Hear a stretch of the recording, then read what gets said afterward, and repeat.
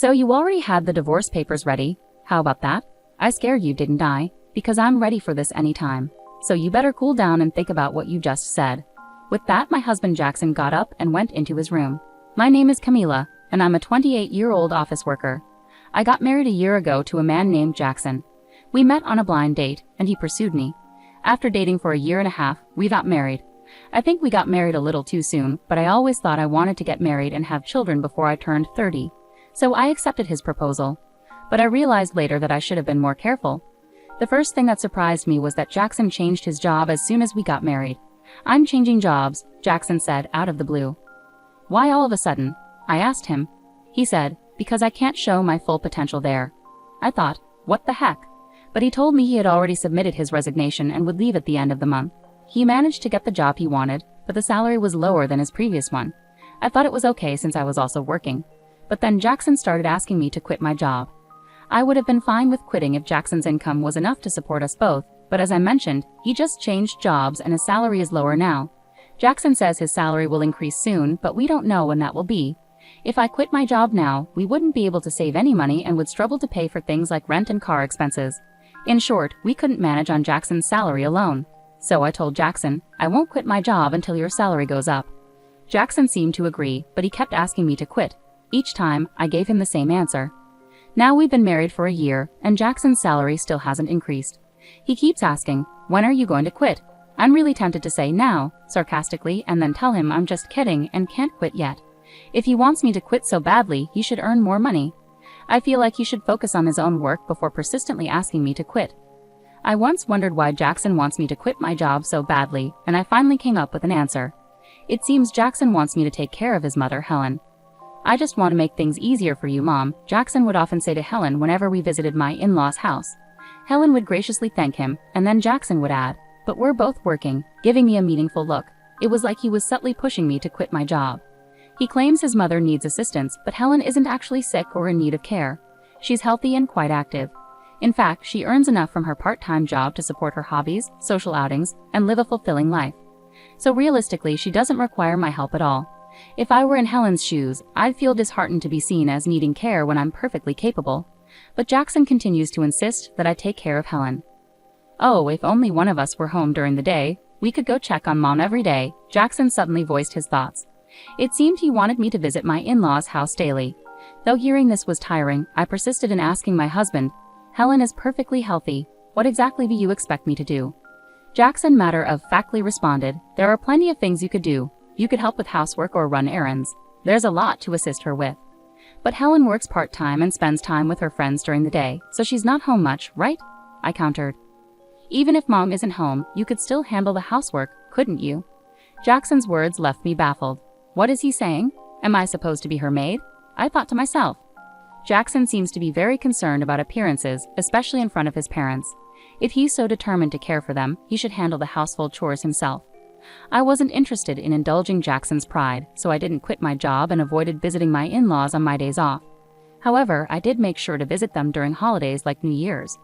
Thinking back, Jackson often gave me tasks when we visited my in-laws together. He'd ask me to clean up, assist his mom, check if anything was needed from the store, and so on. But I never acted on these requests. When he asked me to go to the store, I'd respond with, "Don't you know more about this area than I do?" He'd then say it wouldn't make sense if I did it. I don't really understand his reasoning. It seems like he just wants to control me and feel good about taking care of his parents, doesn't it? That's how I started to view Jackson over time. Could it be that he's more concerned with appearances than genuinely caring for me? When I boldly asked him, "Why don't you pitch in or quit your job to care for your own mother?" he appeared extremely uncomfortable and had a disgusted expression on his face. "That's not something I'm supposed to do. I'm giving you these instructions so that my mom will think that you are a considerate, useful wife. I hope you realize how kind I am to you," he said. In other words, he wants to dump all the difficult tasks on his wife and show off how good he is, as if it's something remarkable. Well, I'm not his servant or slave, and I don't deserve to be treated disrespectfully in front of my in-laws. If Jackson continues making unreasonable demands, I won't stay silent. I'll stand up for myself. But despite talking to him, Jackson hasn't changed. He still asks, "Are you going to quit your job?" And whenever we visit my in-laws, he orders me around just like before. I had enough and decided to discuss it with him. "I think we need to talk about our future," I said. "Huh, what are you even trying to say?" "I'm honestly fed up. I'm tired of you constantly asking me when I'll quit my job. I'm exhausted from you pressuring me to take care of Helen. Why are you fed up with that? You're my wife, and it's your duty to care for your husband's parents. Don't you think that's a huge responsibility for me? Shouldn't you, as their biological child, be responsible for helping with the housework and taking care of your own parents in the first place? No way, it's the wife's duty to do it. Are you the kind of person who doesn't care about family? I'm really disappointed to hear you say that. Then let me ask you this. How have you been taking care of my parents? If I asked you to care for my parents, would you do it then? I questioned. Jackson stared at me blankly. What are you saying? Why should a husband take care of his wife's parents? Does that mean you won't take care of my parents now or ever? The husband's parents and wife's parents are completely different, I pressed. What difference does that make anyway? I don't get it, I said, frustrated. I didn't realize you were so clueless. It's like talking to my old boss, I continued. What are you saying? Jackson asked, confused. I'm saying the husband's parents should come first. You should take care of your wife's parents, I clarified. What? I exclaimed. So you only prioritize your own blood-related family?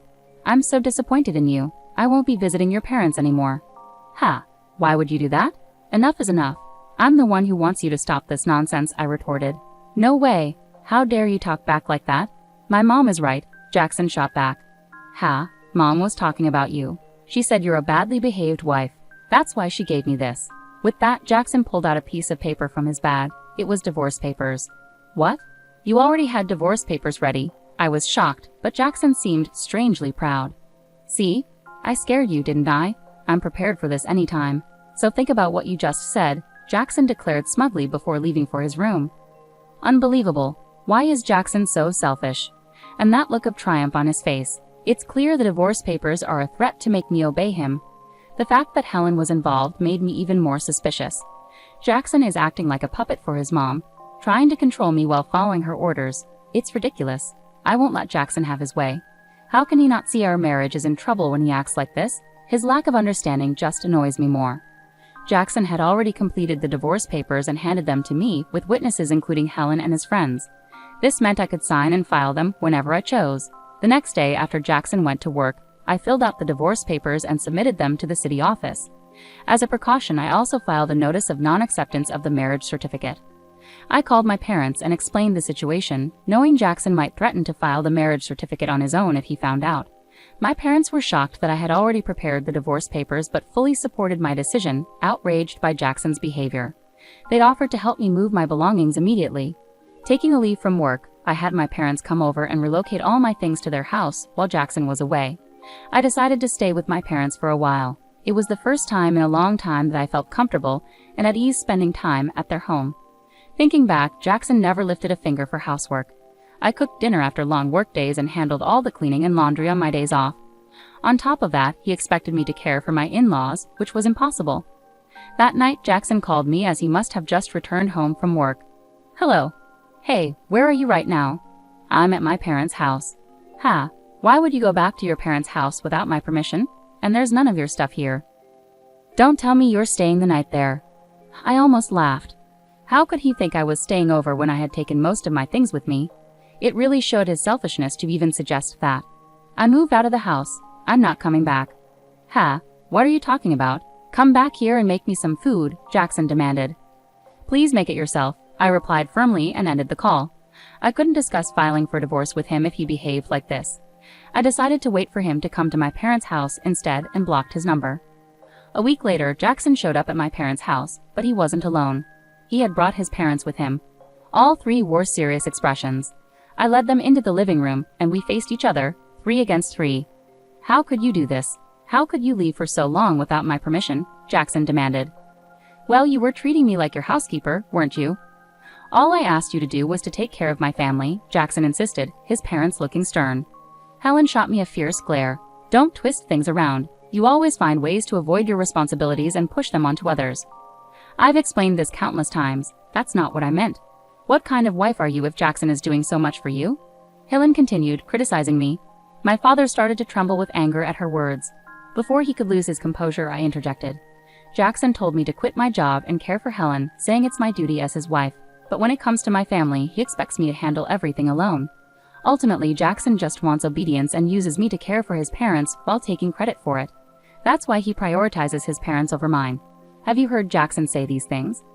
Helen continued to glare, but my father-in-law, Carter, looked confused, indicating he hadn't heard this before. Let's clear the air. Jackson suddenly brought up divorce papers, claiming it was Helen's idea, I added. What? Did you suggest that? Carter asked Helen, clearly surprised.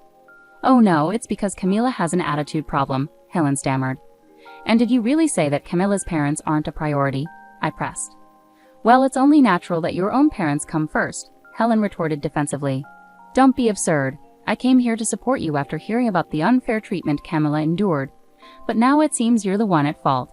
Don't hide behind your parents' authority to get your way. Jackson visibly shrank in his seat. Carter spoke up, expressing everything I had wanted to say, and then apologized to me and my parents. I'm truly sorry for the trouble caused by my foolish son. I will have a serious talk with him. Carter, you're not to blame at all, so please don't apologize. Thank you for your kind words, but there's something else I need to say. I turned to Jackson, who asked nervously, What do you mean? The divorce papers you gave me. I've already filed them. We're no longer married. What? No. Jackson and Helen both turned pale. Why did you file them without my permission? Jackson demanded, shocked. You told me I could file them whenever I wanted, and besides, you already filled out your part and had Helen sign as a witness, I calmly explained. Oh, that was, Jackson stammered, clearly at a loss for words. Carter, furious, intervened. Jackson, you used divorce as a threat? He slapped Jackson across the face. Helen was visibly shaken by the confrontation.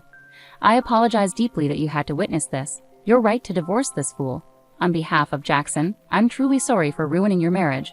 Carter then grasped Jackson by the collar and demanded apologies from both Jackson and Helen before escorting them out of the house.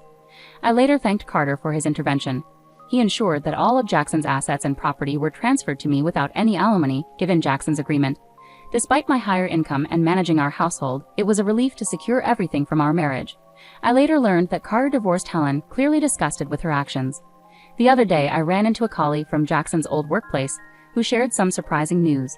Jackson wasn't performing well at his job and often received harsh criticism from his boss. In defiance, Jackson resigned and changed jobs. This was news to me, and it only added to my frustration with him. Instead of taking responsibility for his shortcomings, he blamed others, which probably contributed to his lower pay at the new job. I'm relieved I left him. I've rented a cozy apartment and enjoy living independently. Work is going smoothly. I even received a recent raise. Right now, I'm not interested in relationships and prefer focusing on my career. Jackson always cared more about appearances than his actual abilities.